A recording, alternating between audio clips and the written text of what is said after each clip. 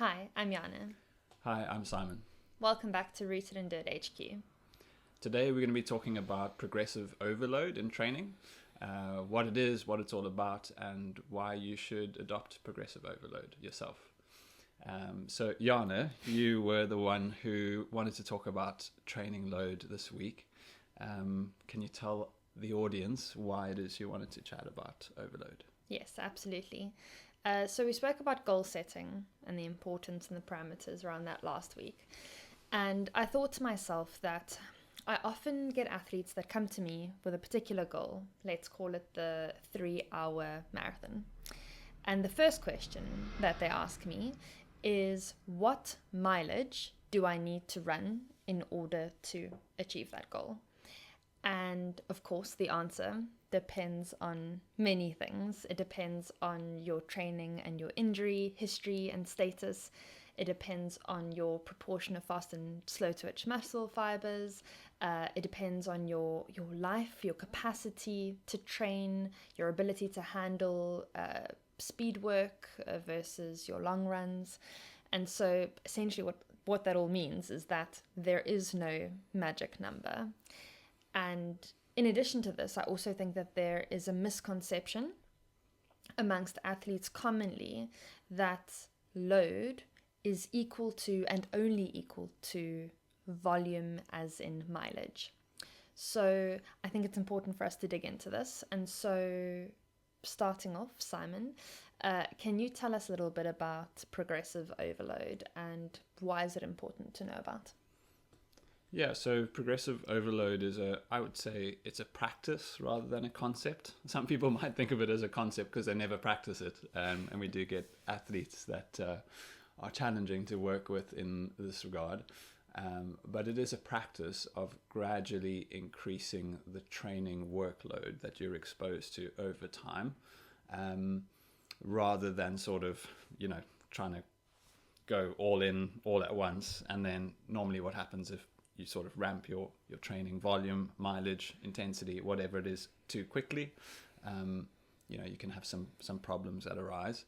And at the same time, if you don't progress your load sufficiently, you don't provide enough of a stimulus to gain an adaptation from that stimulus. So it's about finding the balance between too much too soon and too little too late, if that makes sense.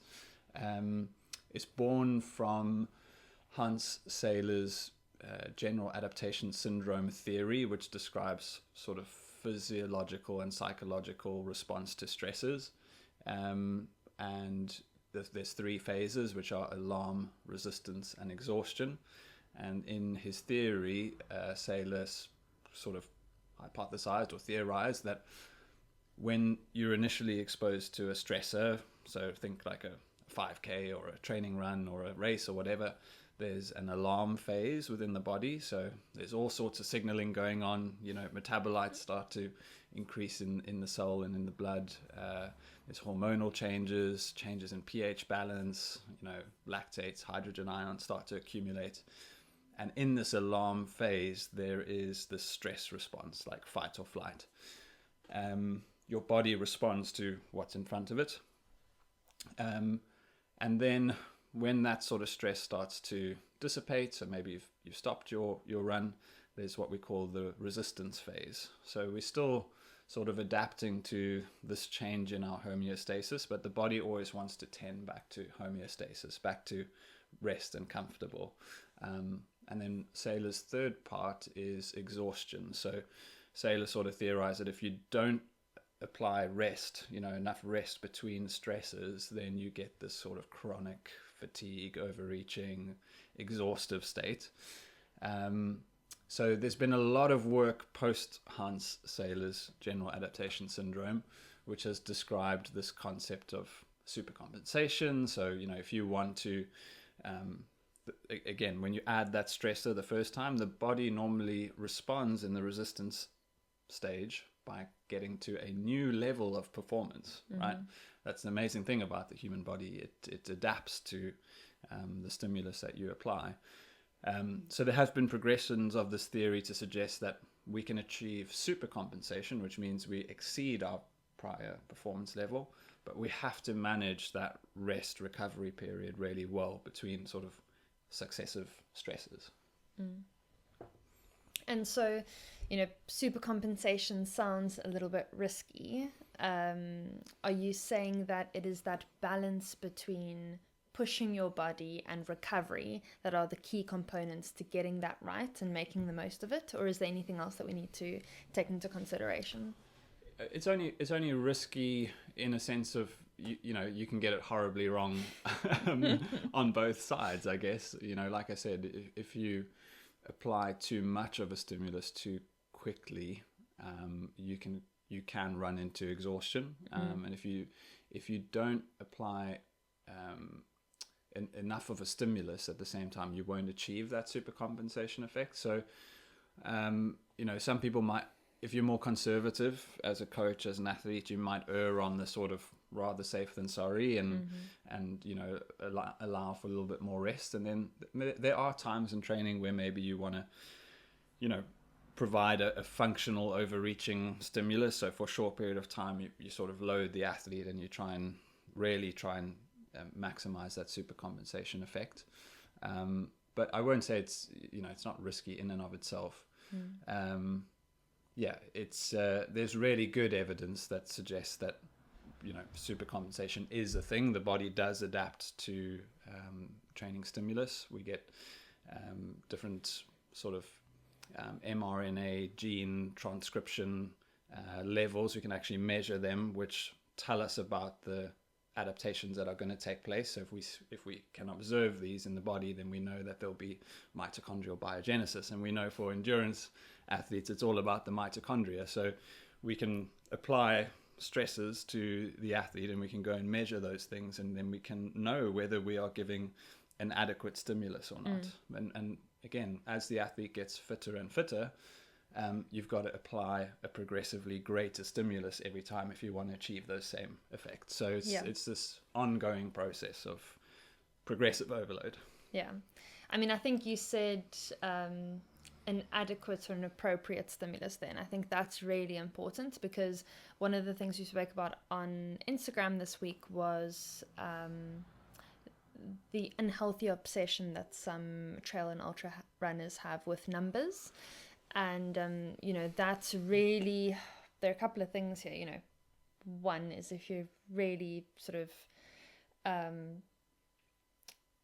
obsessed with achieving a certain number, as in weekly mileage or whatever that may be, that can zap the joy out of running, but also it can increase your risk of injury. So can you tell us a little bit about minimum effective dose and how we could go about that? Yeah, I think, like you said, runners have this perception that there is a magic number. And I don't know, I feel as a just being vulnerable, sometimes an athlete comes to me, and they come to you many times and said, what do I need to do to achieve this goal? And then I feel a bit inadequate, because I'm like, I don't know. Should I know? Should I know exactly what that number is that you need to achieve that goal? So I think there's a real risk there, because you start to draw some unhealthy comparisons. So you could then say, right, well, I've coached another athlete, and for them to achieve that goal, they were doing this and that. But or I've coached, I've read, I put in the Instagram post kind of, tongue in cheek, like, I've read a Runner's World article and they said you need to do this, Yeah. And, I've followed Runner's World programs in the past, trying to, hit the mileages that they suggest I need to. And I'm really struggling, chest infection, really struggling to hit those numbers. I'm like, I can't handle those loads. And I know my body well enough to be like, okay, clearly, I need to be on the lower end of the spectrum. So I think that obsession with I need to achieve a certain number, the numbers should be the means, not the end. So totally.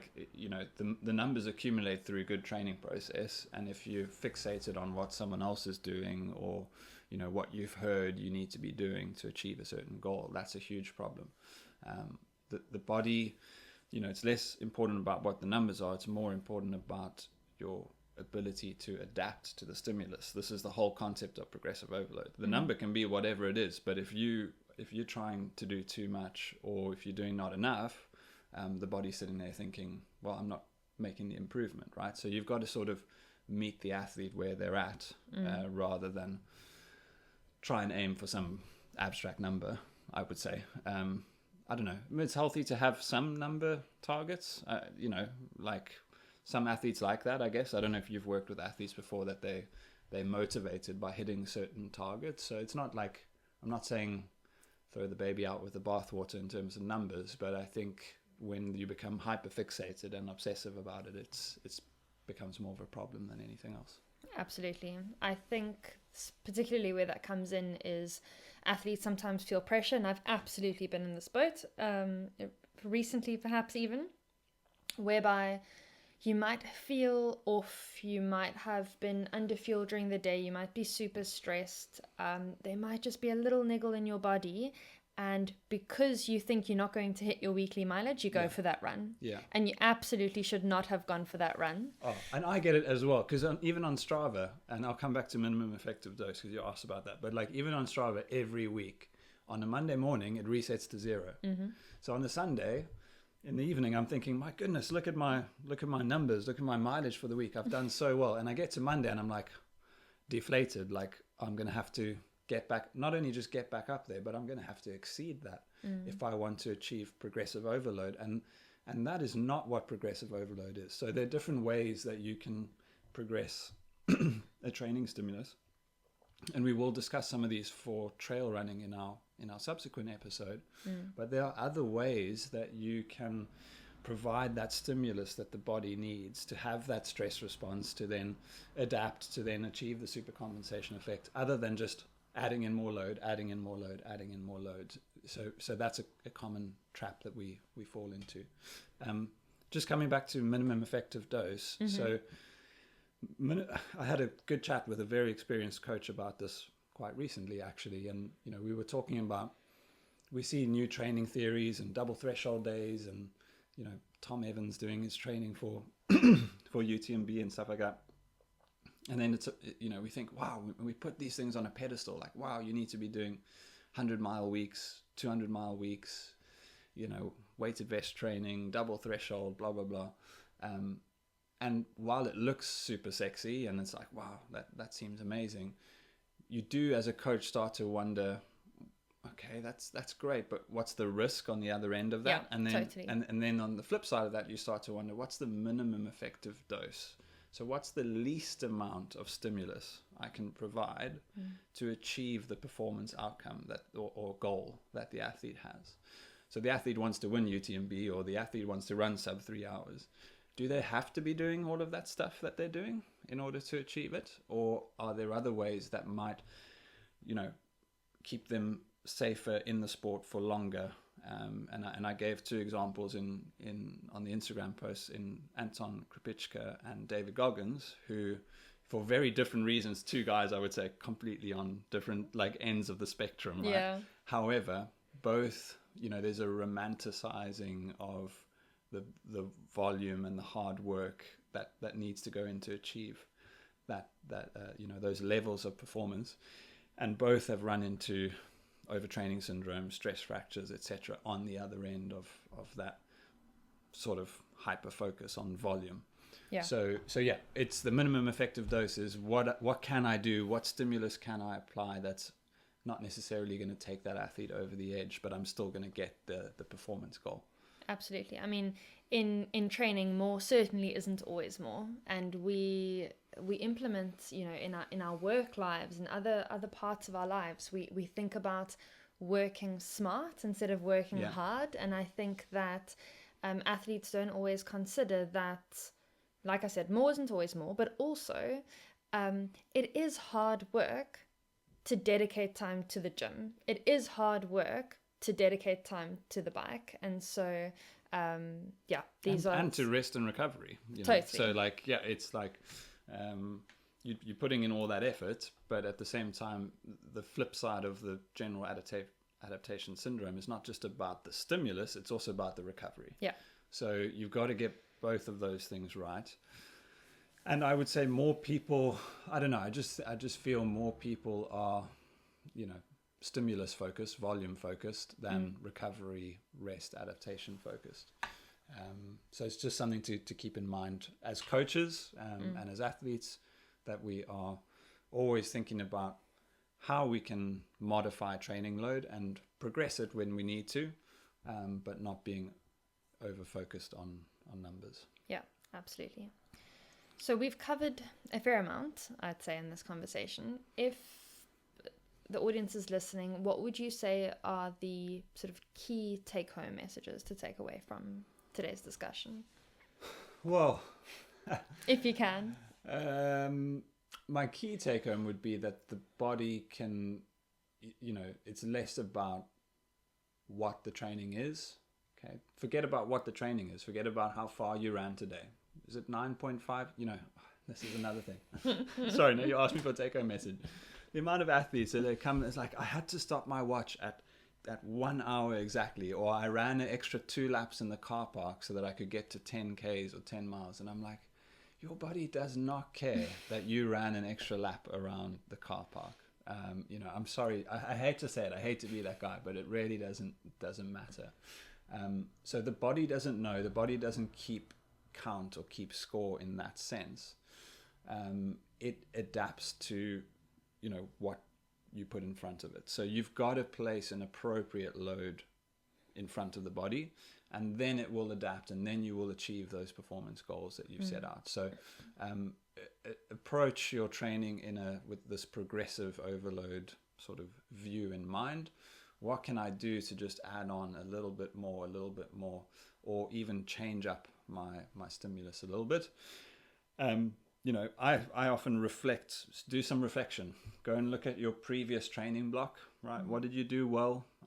Where are the areas that you can maybe grow? For some athletes, it might be adding more volume. For some athletes, it might be adding a little bit more intensity, or bringing in some strength work, or focusing more in on that recovery. So do some reflection, and then make sure that you don't get lost in the numbers of it all. And another take-home message is, if you're concerned, if you're worried, if you don't know where to go or to turn to, is come and chat with us. We'd love to hear from you and give you guidance about how you can change or adapt your training to achieve supercompensation.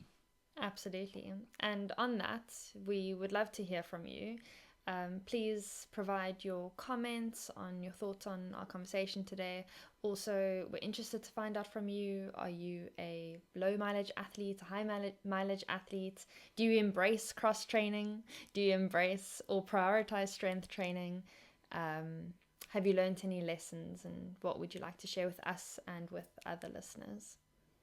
I think that's it for today. Thank you so much, and we look forward to speaking with you again soon. Cheers.